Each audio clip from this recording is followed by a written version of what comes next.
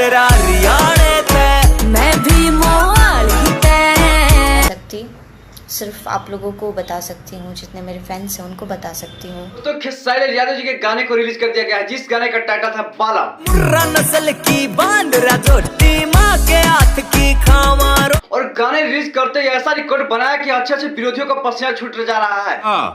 हमको सिखा रिया है। जैसे कि दोस्तों आप सभी को पता कि एक गाना आते ही 8 नंबर पर ट्रेंड करने लगता है और इस गाने की व्यूज की बस गाने को कुल व्यूज 14 लाख से भी प्लस व्यूज मिल चुका है।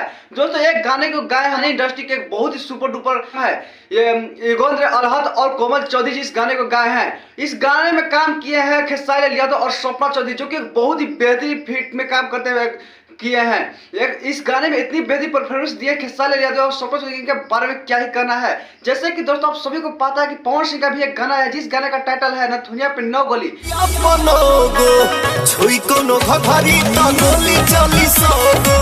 इस गाने का कोई खास रिस्पॉन्स नहीं मिला है इस गाने के मामले में देखा जाए तो, जिसमें खेसारी यादव इतनी बेहतरीन एंट्री मारे कि कुछ भी नहीं कहा जा सकता। जिसमें खेसारी यादव हेलीकॉप्टर से उतरते हैं और बहुत बड़ा भौचाल मचा देते हैं। ऐसा लगता है कि भोजपुरी इंडस्ट्री में इनसे बड़ा कोई स्टार है ही नहीं। जैसे कि दोस्तों आप सभी को पता है कि भोजपुरी इंडस्ट्री के बदलने की चाहत किसी में है तो वो खेसारी यादव हैं। दोस्तों आप सभी को पता है कि हरियाणा इंडस्ट्री में जाकर खेसारी यादव काम कर रहे हैं। जब से खेसारी यादव पर गाने से प्रतिबंध लगाया गया तब से खेसारी यादव अपने गाने में नजर नहीं आ रहे हैं, सिर्फ एक्टिंग कर रहे हैं, डांसिंग कर रहे हैं, स्टेज शो कर रहे हैं। और ये सब में भी खेसारी यादव एक ऐसा जलवा बनाया जो कि अच्छे लोगों विरोधियों को पसीना छू जा रहा है।